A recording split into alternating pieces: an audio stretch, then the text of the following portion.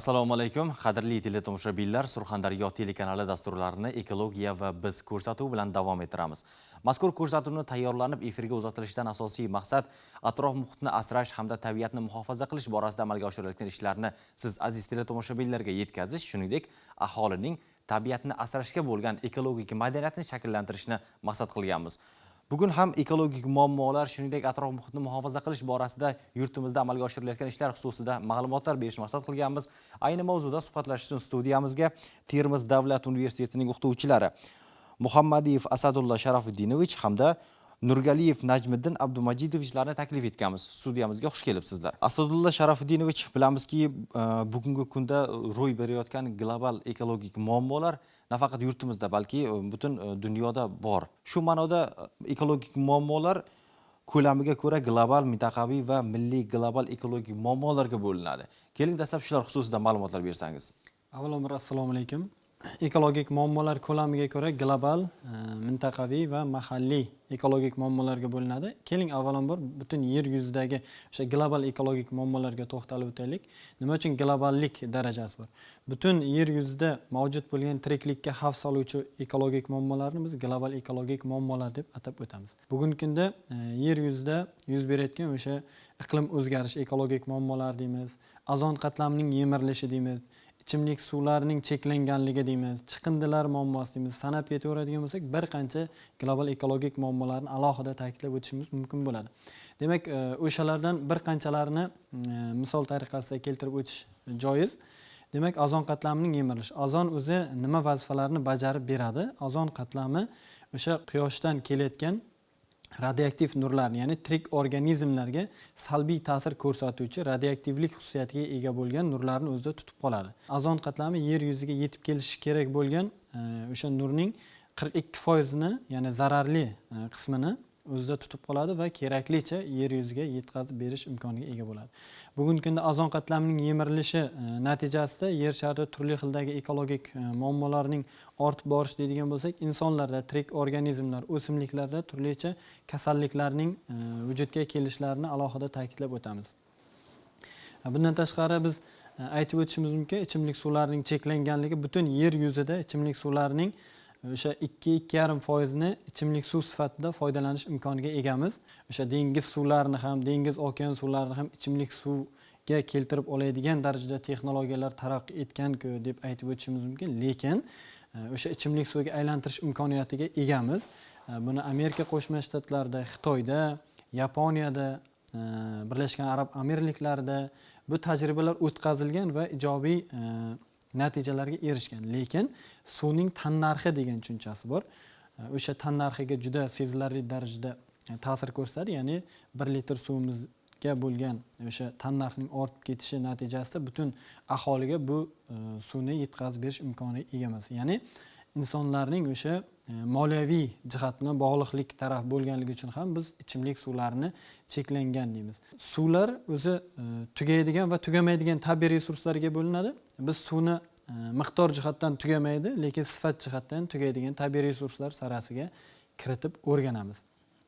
Endi mintaqaviy ekologik muammolar deyilgan bo'lsak, ma'lum bir qit'aga, ma'lum bir nechta mamlakatlarga tegishli bo'lgan ekologik muammolarni biz o'sha mintaqaviy ekologik muammolar deymiz.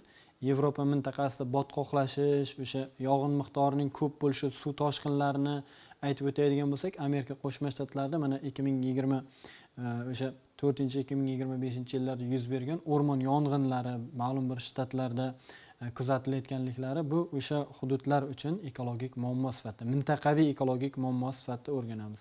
Markaziy Osiyo uchun esa o'sha ekin maydonlarini sug'orish uchun suv miqdorining cheklanganligi, cho'llanish jarayoni, o'sha tuproqning sho'rlik darajasining ortib borayotganligi, cho'llanish, qurg'oqlanish jarayonlari, qolaversa orol va orol bo'yi ekologik muammolarni biz mintaqaviy ekologik muammolar sarasiga kiritib o'tamiz. Mahalliy ekologik muammolarga to'xtalib o'tadigan bo'lsak, bu aynan O'zbekiston ichida va ma'lum bir viloyatlarimizga tegishli bo'lgan ekologik muammolarni biz mahalliy ekologik muammolar deb aytib o'tamiz. Xususan, Surxondaryomizda ham bir qancha ekologik muammolar talaygina, aynan Surxon vohasi nuqtai nazaridan misol keltiradigan bo'lsak, bu yerda mavjud bo'lgan o'sha chang bo'ronlarning tez-tez kuzatilishi, qolaversa, bexilma-xillikning o'sha qisqarib borayotganligi, o'sha suv bilan bog'liq ekologik muammolarimiz, tuproqlarimizning sho'rlashib borayotganligi, tuproq unumdor qatlamlarining o'sha hosildorlik darajasi tushib borayotganliklarini biz alohida mahalliy ekologik muammolar sifatida o'rganamiz. Bunga qarshi kurash bo'yicha bir qancha chora-tadbirlar ham ishlab chiqilgan. Bugungi mavzumizga aloqador bo'lganligi uchun bir ma'lumotni aytib o'tmoqchiman. Davlatimiz rahbari ekologiya va atrof muhitni asrash hamda suv taqchilligini oldini olishga oid masalalar xususida fikr yuritganda shunday nutqida shunday fikrni aytgan edi. Biz dunyodagi eng katta ekologik ofat Orol fojiasini bevosita o'z boshidan kechirayotgan xalqmiz. Shuning uchun ham hozirgi vaqtda respublikamizda bebaho ekologik tizimni saqlash va mustahkamlashga qaratilgan keng ko'lamli islohotlar, dasturlar amalga oshirilmoqda. Jumladan Yashil makon umummilliy loyihasining ham o'tkazilayotganligini aytgan edi. Umuman olganda mana shu Yashil makon umummilliy loyihasining ahamiyati xususida ham fikrlaringizni tinglasak. Rahmat. Avvalambor assalomu alaykum. Ekologik muammolarni bartaraf etish bo'yicha mana shu muhtaram prezidentimiz tomonidan aynan mana shu 2025-yilni ham atrof muhitni asrash va yashil iqtisodiyot yili deb nomlashini ham asosiy sababi shunda. Aynan o'sha ekologiyani saqlash, ekologik muammolarni oldini olish bo'yicha va o'sha imkon darajada o'sha yashil makon dasturlarini tashkil etishga qaratilyapti bugungi kunda. Bu bo'yicha juda ko'plab respublikamizda hamda viloyatlarda ham tegishli tashkilot va korxonalar tomonidan yashil makon dasturi bo'yicha chora-tadbirlar ishlar amalga oshirilmoqda. Suv resurslaridan oqilona foydalanish bo'yicha, bundan tashqari Orol dengizi atrofida qurg'oqchilikni oldini olish maqsadida turli xildagi aynan o'sha cho'l hududiga mos keladigan o'simliklarni ko'paytirish orqali ekologik muammoni oldini olishga qaratilyapti. Muhtaram prezidentimizning nutqidan iqtibos keltirib o'tdingiz. Shuni ham qo'shimcha qilib aytib o'tishimiz kerak. Orol va Orol bo'yi hududi bugungi kunda eng og'riqli nuqtalarimizdan bittasi hisoblanadi. Bu bizdan qancha uzoqda bo'lishidan qat'iy nazar buning ta'sirini butun yer yuzi bugungi kunda sezib bormoqda. Shuning oldini olish maqsadida 2026-yilga qadar Orol va Orol bo'yi hududida 3,5 million gektar hududni ko'kalamzorlashtirish ishlari rejalashtirilgan. O'sha rejaning amalga oshirilgan qismi bugungi kunda 1,5 million gektardan ortiqroq joyga chirkez, qorabroq, saksavul kabi cho'l va chala-cho'l hududlariga mos keluvchi o'simliklar ekib, o'sha joyda parvarish qilib borilmoqda. Bu yerdagi o'sha yashil makon dasturini amalga oshirish bo'yicha dunyoning ko'plab mamlakatlaridan mutaxassislar chaqirilib, o'sha joyning tuprog'i, tuproq qatlamlari, namlikni saqlash funksiyalari barchasi o'rganildi. Xususan, xitoylik olimlarning tashrifi, Birlashgan Arab Amirliklaridan kelgan mutaxassislar, germaniyalik mutaxassislarning fikrlari o'rganib chiqildi.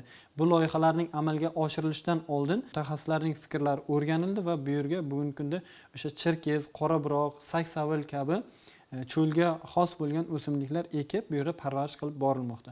Xususan, bugungi kunda Orol va Orol bo'yini ko'kalamzorlashtirish bo'yicha 600 dan ortiq ishchi guruh shakllantirilgan, 200 ga yaqin eng ilg'or texnologiyalar jalb qilingan, 2 aviatsiya jalb qilingan. Har yili bu yerda o'sha 3,5 million gektar ko'kalamzorlashtirish ishlarini amalga oshirish bo'yicha doimiy ish faoliyatini olib bormoqda. Asadulla Sharofiddinovich, aytingchi, mamlakatimizda tabiatni muhofaza qilish va undan oqilona foydalanish borasida qanday asos qilib ko'rsatiladigan strategik maqsadlarimiz bor? Shular xususida aytib o'ta olasizmi?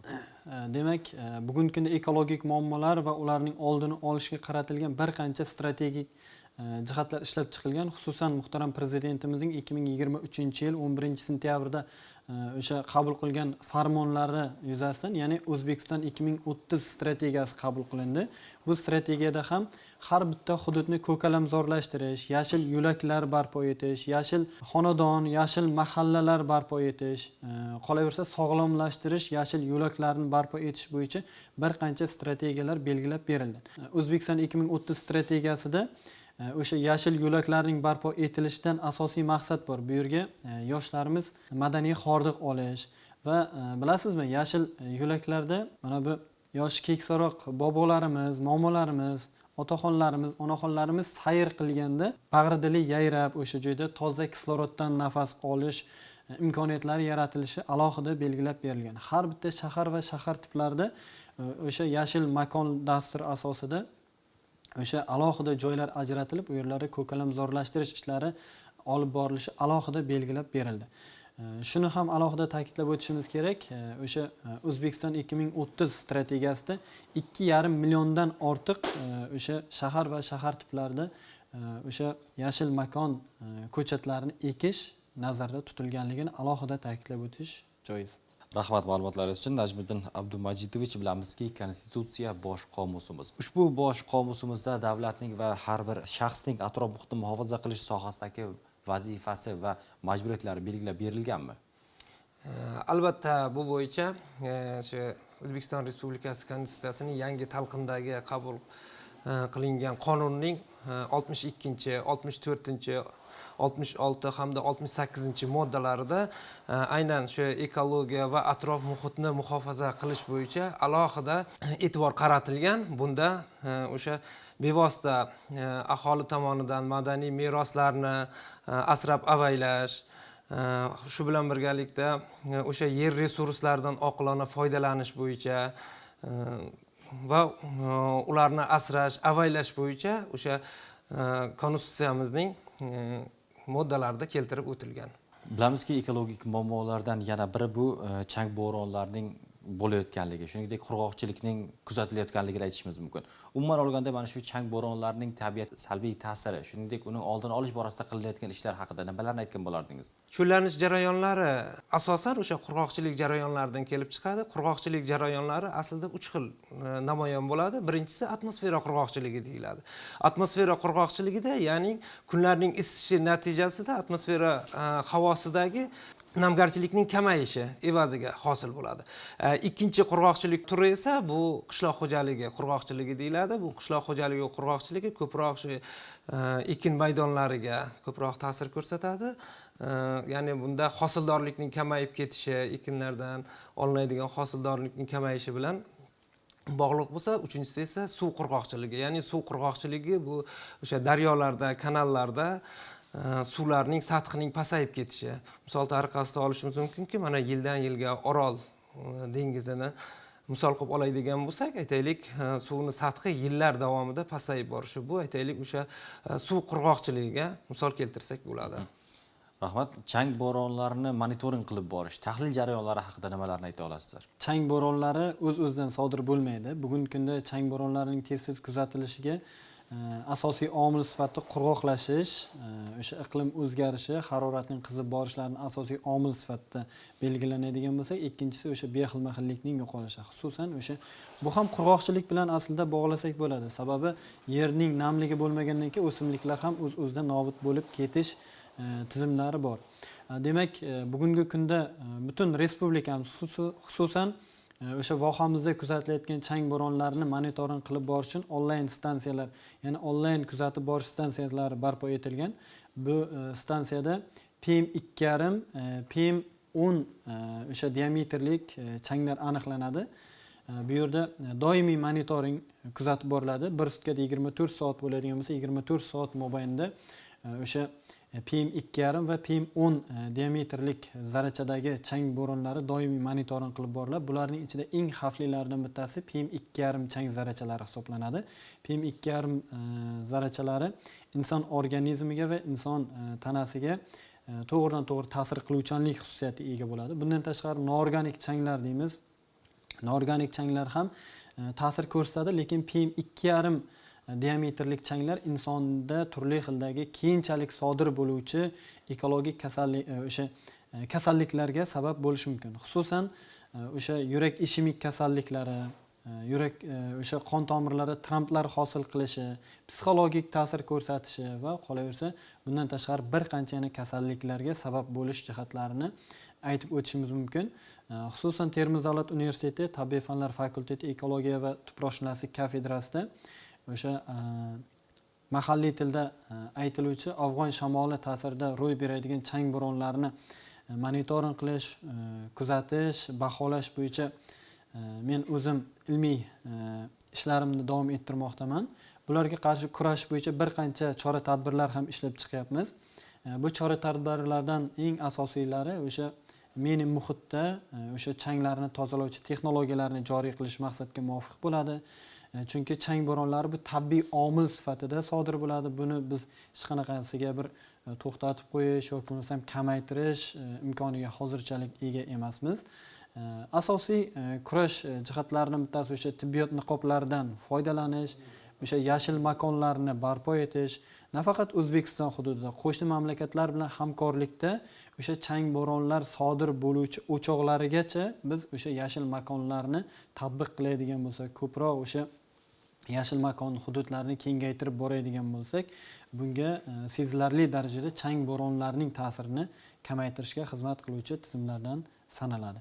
PM2,5 changlarni qo'zg'atuvchi shamol tezligi 5-6 metr sekundda shamol esaydigan bo'lsa, PM2,5 o'sha diametrlik zarrachadagi changlar harakatga keladi. Ya'ni faol harakatga keluvchi changlar hisoblanadi. Asadulla aka, yuqorida aytgan ma'lumotlaringizda bu tabiiy ekologik muammolarni to'xtatib qolish yoki oldini olish birmuncha mushkulligini, imkonsizligini aytdingiz. Lekin shunday bo'lsa-da, mazkur amalga oshirilayotgan chora-tadbirlar uning salbiy ta'sirini birmuncha kamaytirishga xizmat qilmoqda. Buni ham alohida e'tirof etishimiz kerak. Shu ma'noda yana bir narsani ta'kidlashimiz kerakki, mazkur ekologik muammolarni oldini olish, tabiatni asrab-avaylash bir shaxsning yoki qaysidir tashkilotning sa'y-harakatlari bilan amalga oshirish birmuncha mushkul. Qachonki keng jamoatchilik, aholi vakillari bir yoqadan bosh chiqargan holda tabiatni asrashga, tabiatni muhofaza qilishga astoydil kirishsagina biz ko'zlagan maqsadimizga erishishimiz mumkin. Aziz teletomoshabinlar, shu bilan biz uchun ajratilgan vaqt o'z nihoyasiga yetdi. E'tiboringiz uchun rahmat. Xayr, salomat bo'ling.